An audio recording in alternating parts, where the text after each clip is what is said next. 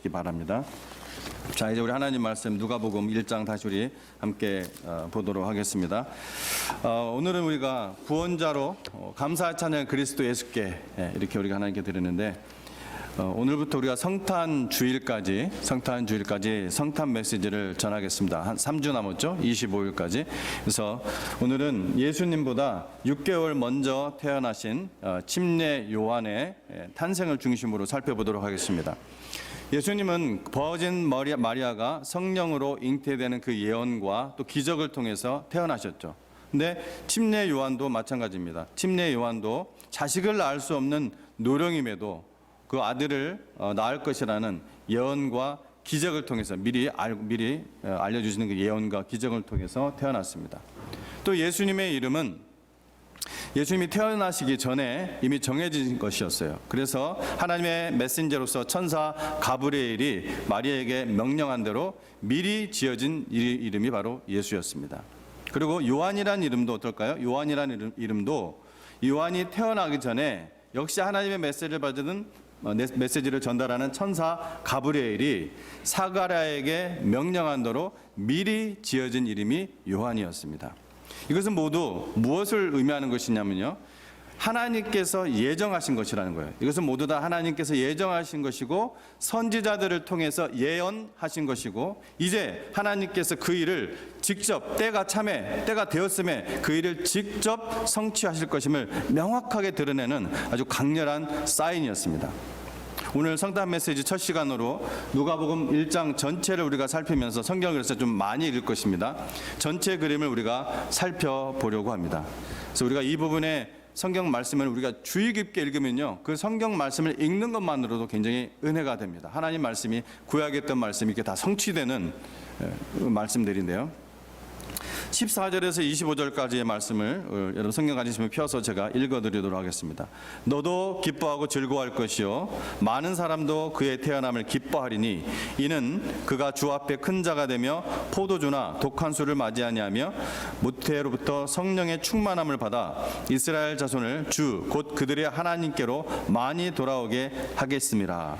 여러분 지금 오늘 읽은 누가복음 1장의 말씀을 최소한 여러분 집에 가셔서 3번 이상을 읽어보시기 바랍니다. 다시 한번 부탁드립니다. 그 말씀 읽는 것만으로도 하나님의 말씀이 얼마나 놀랍게 성취되고 있는지 자세하게 기록이 되어 있습니다.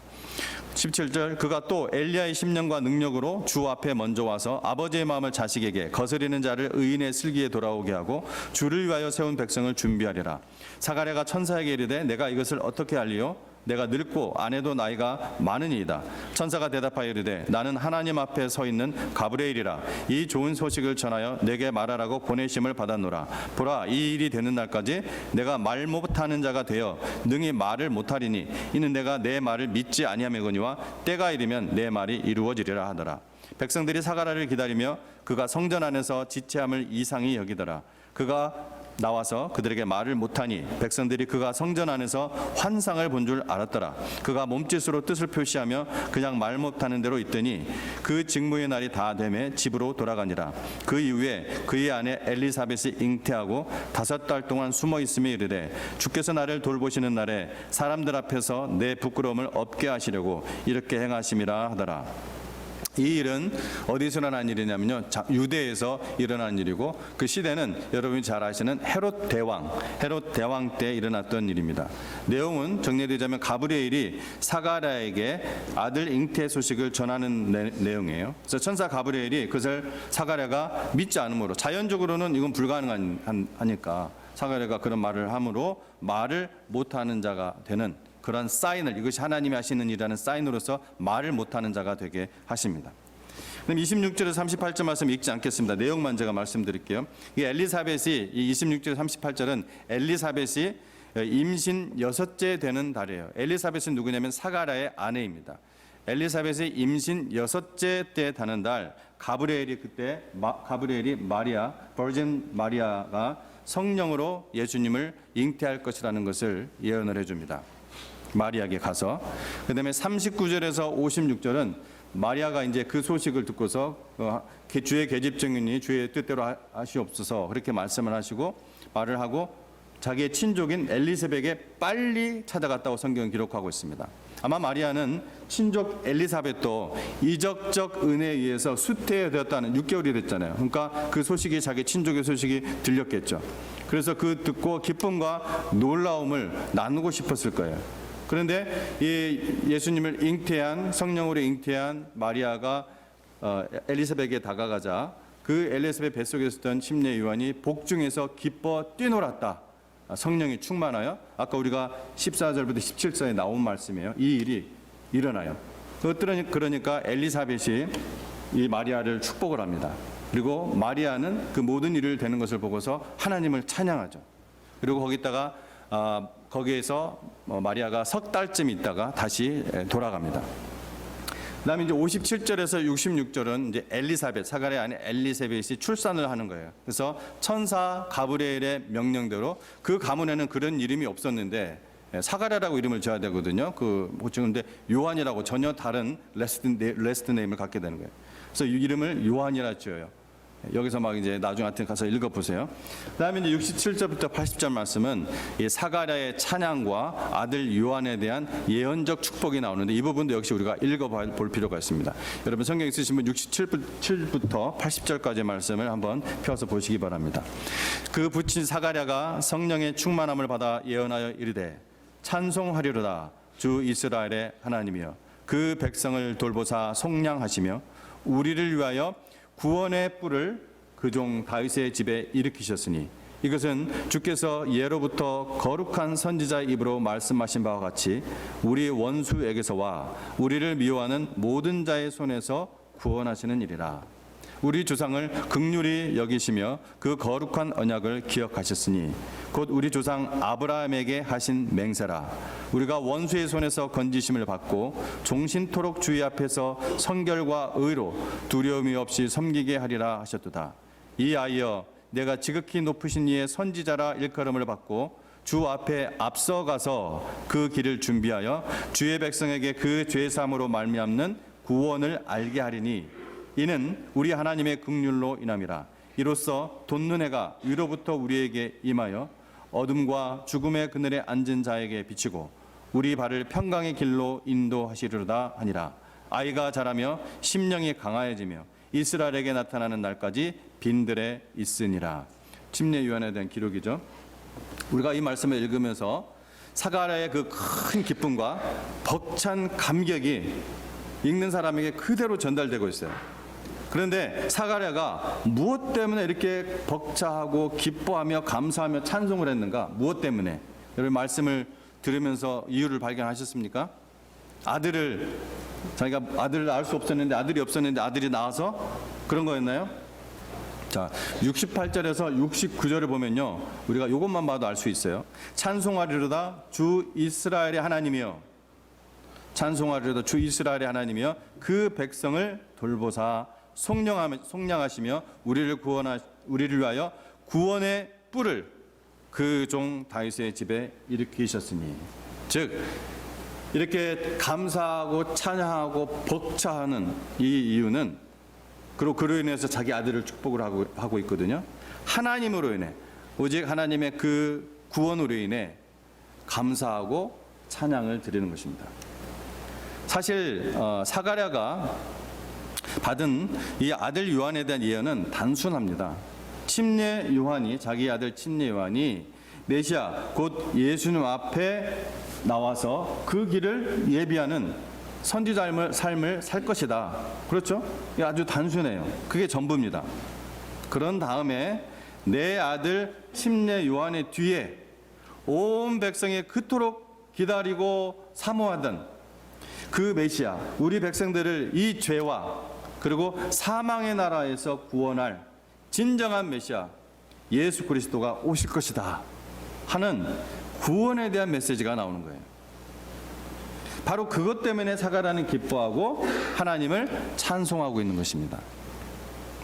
아들 침례 요한이 태어난다는 것도 감사하죠.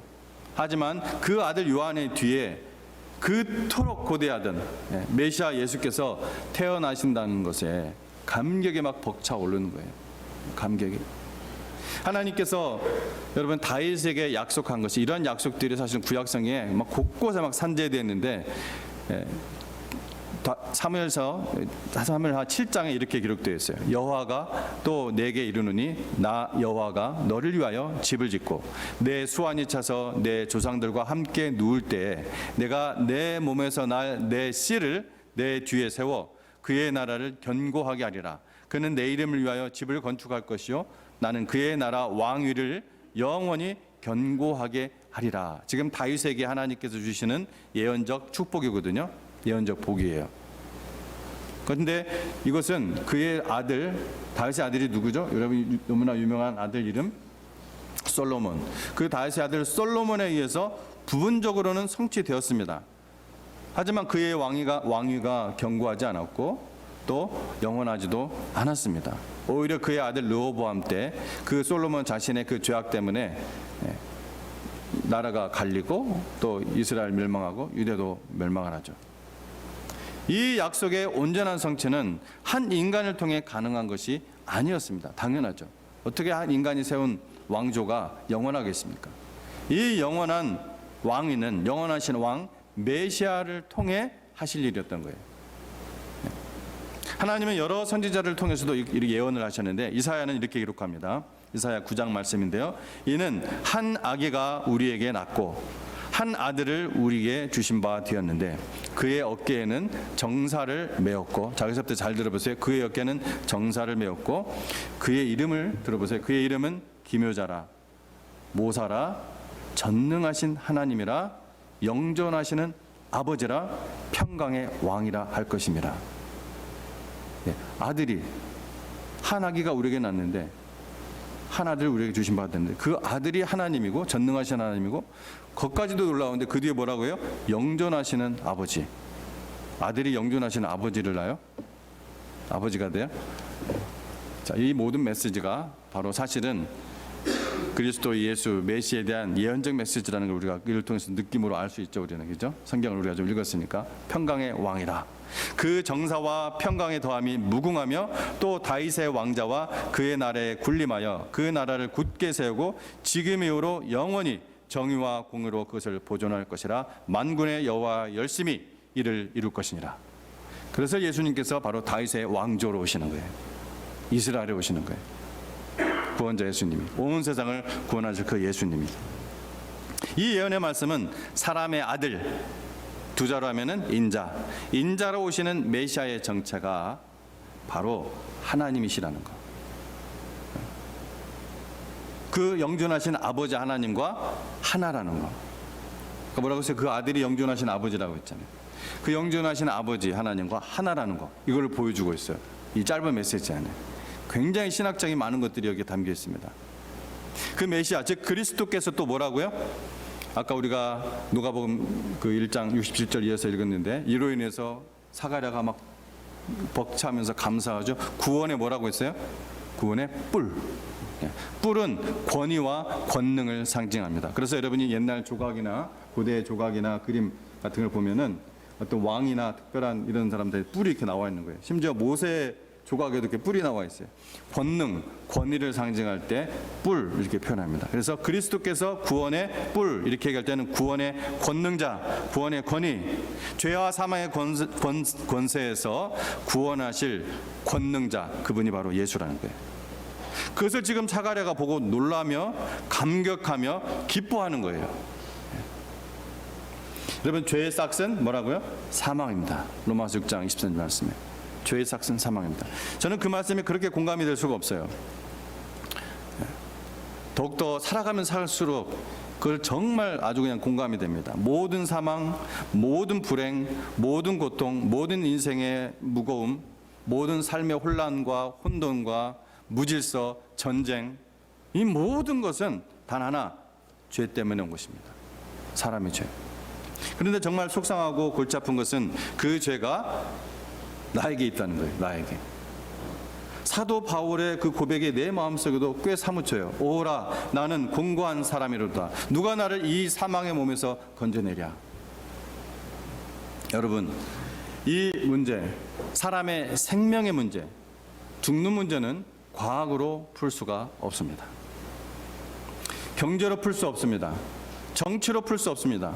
사람들은 여전히 그런 것들로 풀 수 있을 것이라는 그런 환상 속에서 살고 있습니다. 그런 환상을 아직도 가지고 있어요.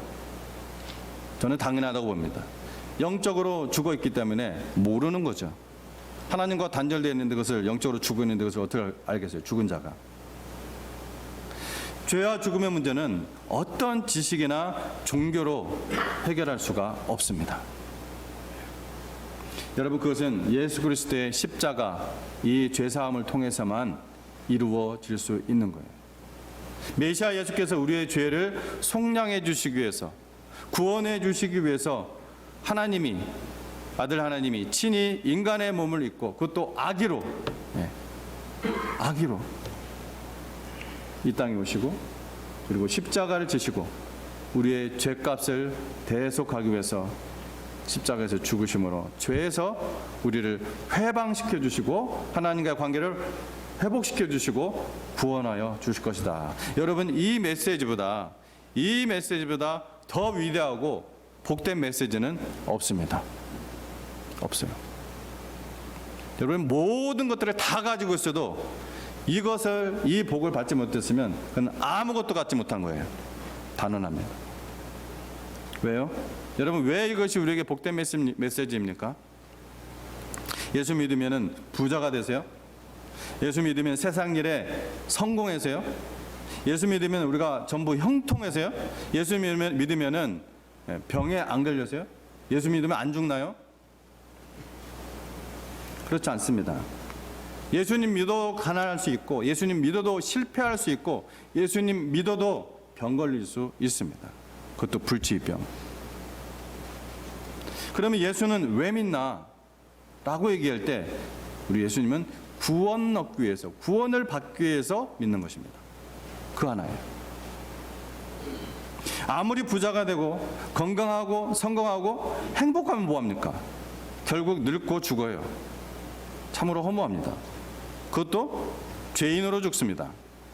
자기 죄를 그대로 가지고 죄인으로 죽어요. 아무리 구제를 하고 아무리 선행을 해도 하나님 앞에서 그것은 nothing. 예수 그리스도의 보혈, 피 없이는 결코 사망의 죄를, 사망은 사망으로밖에 못 갚아요. 그 예수님이 죽으신 거예요. 죄의 삭은 뭐라고요? 사망이기 때문에. 그리고 영원한 사망의 심판, 그 죄인으로 죽으면요, 그 뒤에 영원한 사망의 심판, 세세토록 고통이 있는 이 지옥에 떨어지는데, 그것은 정말 황당한 인생의 결말, 비극적인 인생입니다. 너무나 비극적인 인생이에요. 그러나 하나님의 구원을 받고 천국의 시민이 된 성도는 모든 상황 속에서 감사할 수 있죠. 왜냐? 왜 우리가 감사할 수 있어요? 우리의 비전이신 거룩하신 분, 공의로우신 분, 우리 여호와 하나님이 영원히 우리와 함께 하시기 때문이에요. 우리가 살아도 주를 위하여 살고 죽어도 주를 위하여 죽는다. 사도 바울의 이 고백이 저와 여러분의 고백이 되기를 간절히 바랍니다. 근데 사가랴는 이 사실을 믿었다는 거예요. 그 사실을 믿었어요. 자기의 아들 뒤에 그러한 메시아 예수께서 탄생하신다는 것 때문에 하나님을 찬송하지 않을 수 없었어요. 벅찬 거예요, 지금. 그리고 정말 기뻤던 것은요, 그 일에 자기 아들이 쓰임을 받을 것, 자기 아들이 쓰임을 받을 것이라는 것, 그 길을 예비할 것이라는 것 때문에 여러분 기뻐하면서 찬송하는 이 사가랴의 모습을 보면서 저는요, 정말 사가랴는 진정한 믿음, 위대한 믿음의 사람이다, 이런 생각을 하게 됩니다. 여러분, 그렇게 당연한 좋은 믿음의 사람이겠지만 그렇게 그게 위대한 믿음인가? 우리 자신을 돌아보면 알아요. 여러분, 사실 침례 요한은 인간적으로 얘기하면은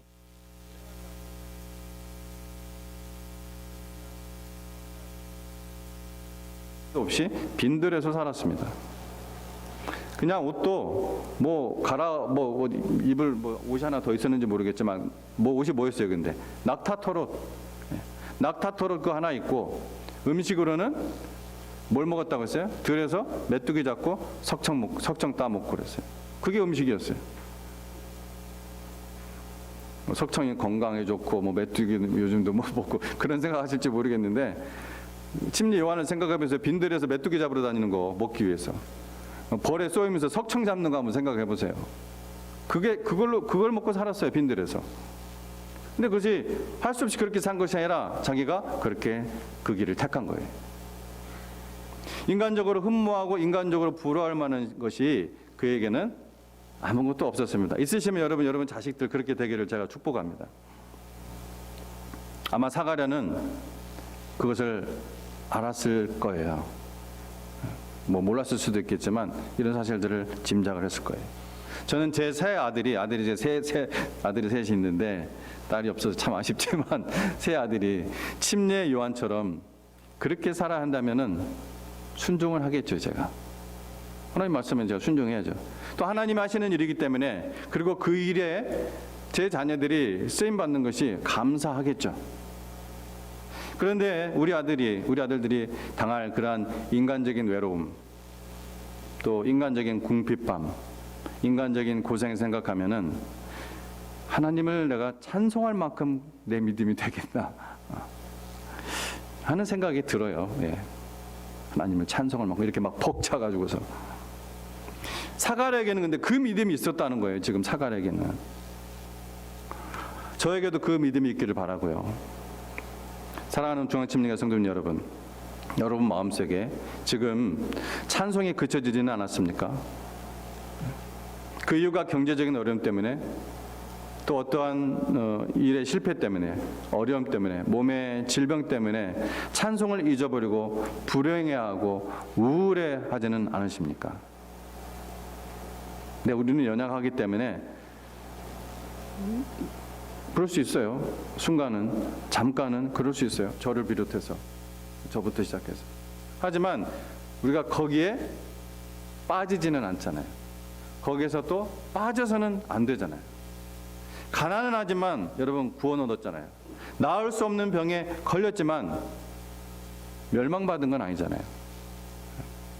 오히려 나는 구원을, 영원한 생명을, 영원한 천국을 얻었잖아요. 예수님 때문에.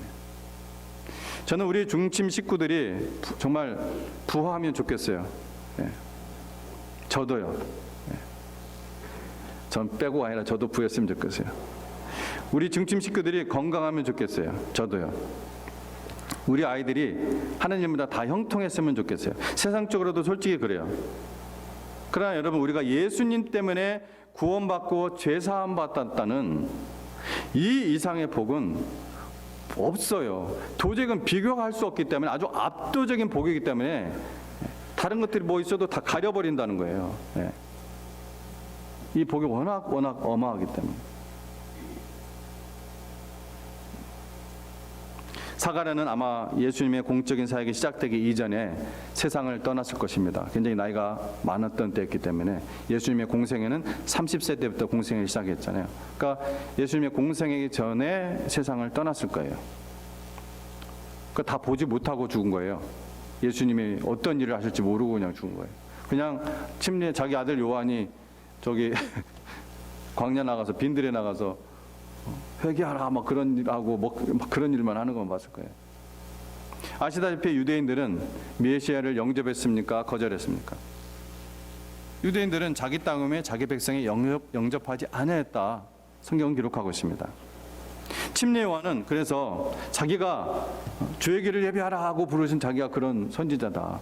회개하라 막 그랬는데 침례 요한이 나중에 어디에 잡혀가요? 감옥에 들어갑니다. 누구에 의해서? 종교 지도자들에 의해서 침례 요한이 잡혀가요. 근데 어떻게 합니까? 예수님께 사람을 보내요. 뭐라고 합니까? 오실 그이가 당신입니까? 정말 당신이 메시아 맞습니까? 예.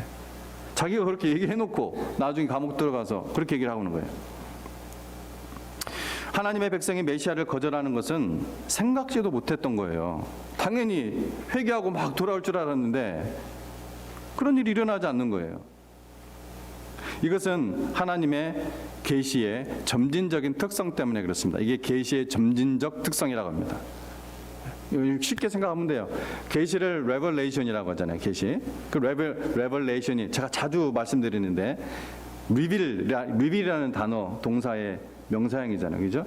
그러니까 이게 하나님께서 이렇게 보여주셨어요. 그래요. 이렇게 하다가 싹 보여주는 게 언제예요? 바로 예수 그리스도께서 십자가에서 죽으시고 구원을 완성하실 때 다 이루었다, 테텔레스타이 할 때 그때 싹 보여주신 거예요. 유대인들은 이 사실을 몰랐던 거예요. 예. 물론 영적으로 눈이 트인 자들은 본 자들도 있었겠지만은 대부분의 유대인들은 그런 메시아를 기대하지 않았어요. 사람들에게 보여주시지 않았던 그 계시를 에베소서는 그래서 뭐라고 표현을 하냐면 비밀이라고 표현합니다. 보여주지 않은 계시. 하나님께서 그들에게 구원 역사의 모든 것을 보여주시지 않았기 때문에 비밀이라고 그래요. 그때까지 드러나지 않았던 이 비밀의 계시가 에베소서에서 비로소 밝혀집니다. 에베소서 3장 일부를 제가 들려드릴게요. 나중에서 읽어보세요. 에베소 3장. 그것을 읽으면 내가 그리스도의 비밀을 깨달은 것을 너희가 알 수 있으리라. 지금 사도 바울이 성령에 감동되어 에베소서를 기록을 하고 있어요. 다시 그것을 읽으면 내가 그리스도의 비밀을 깨달은 것을 너희가 알리라. 이제 그의 거룩한 사도들과 선지자들에게 성령으로 나타내신 것 같이 다른 세대에서는 사람의 아들들에게 알리지 아니하셨으니, 이때까지는 다른 세대에서는 알리지 아니했다는 거예요. 그래서 비밀이에요, 그게. 그 뒤에 영원부터 만물을 창조하신 하나님 속에 감추어졌던 비밀의 경륜이 어떠한 것을 드러내게 하려 하심이라.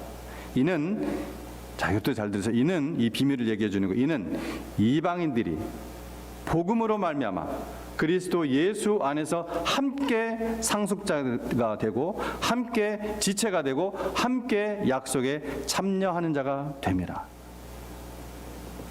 이게 비밀이에요. 누가요? 이방인이. 너희는 이스라엘 너희만 생각하고 있었지? 아니에요. 이방인. 이것이 바로 하나님께서 영원전부터 가지고 계셨던 계획, 유대인들이 이해할 수 없었던 계획, 알지 못했던 계획, 그때까지 감추었던 비밀의 계시였던 부자, 교회입니다. 교회. 그래서 제가 여러분에게 단언코 얘기해요. 나는 예수님 믿습니다. 열심히 내가 예수님을 사랑하고 예배합니다. 근데 저는 교회는 되지 않겠습니다. 이건 하나님을 정면으로 도전하는 사람이에요. 큰 죄악이에요. 교회 다니지 않으면서, 교회가 되지 않으면서 예수 믿는다? 예. 뭐 몰라서 그러면 어쩔 수가 없겠지만 성경을 안다가면서 신앙생활 한다면서도 굉장히 어리석고 하나님의 이 계획에 정면으로 도전하는, I will build my church on this rock. 내가 내 교회를 세우겠다는데 아니요, 저는 교회 안 되겠습니다. 얼마나 무서운 죄악인데요.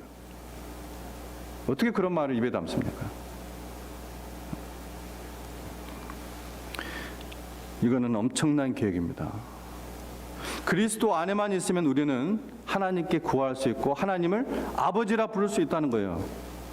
하나님의 백성으로서 이스라엘의 구원에, 이 약속, 구원의 약속에 참여한 자가 되는 거예요. 누구 때문에? 그리스도 때문에. 하나님의 이 놀라운 계획 때문에. 다윗에게 약속하셨던 그 영원한 나라, 하나님의 나라, 그를 모든 민족이 함께 유업으로 받는 복이에요. 땅의 모든 족속이 너로 말미암아 복을 얻을 것이라. 이스라엘이라는 민족의 뿌리인 아브라함을 부르실 때 소명을 주시면서 밝히셨던 그 하나님의 계획이, 즉 땅의 모든 족속이 너로 말미암아 복을 받으리라. 모든 족속이에요? 이스라엘이에요? 땅의 모든 족속이 너로 말미암아 복을 얻을 것이라.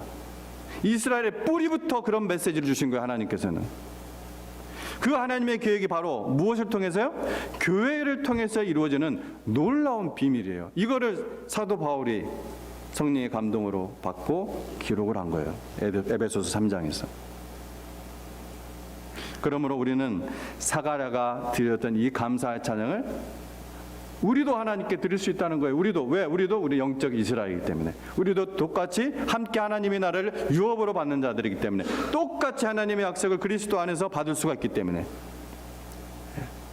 우리를 돌보시고 속량하신 하나님, 구원하시고 일으키신 하나님, 언약을 정확하게 이루신 하나님, 우리를 평강의 길, 샬롬의 길로 인도하신 하나님, 그 하나님이 바로 그리스도로 말미암아, 그리스도의 오심으로 말미암아, 하나님의 이 놀라운 계획으로 말미암아 이루어진 것입니다. 여러분, 그 하나님께 감사드리십시오. 그 하나님을 찬양하십시오. 그 하나님께 헌신하십시오. 여러분, 그것만이 성도의 의무이고 특권이고 영광입니다. 할렐루야. 함께 기도하겠습니다.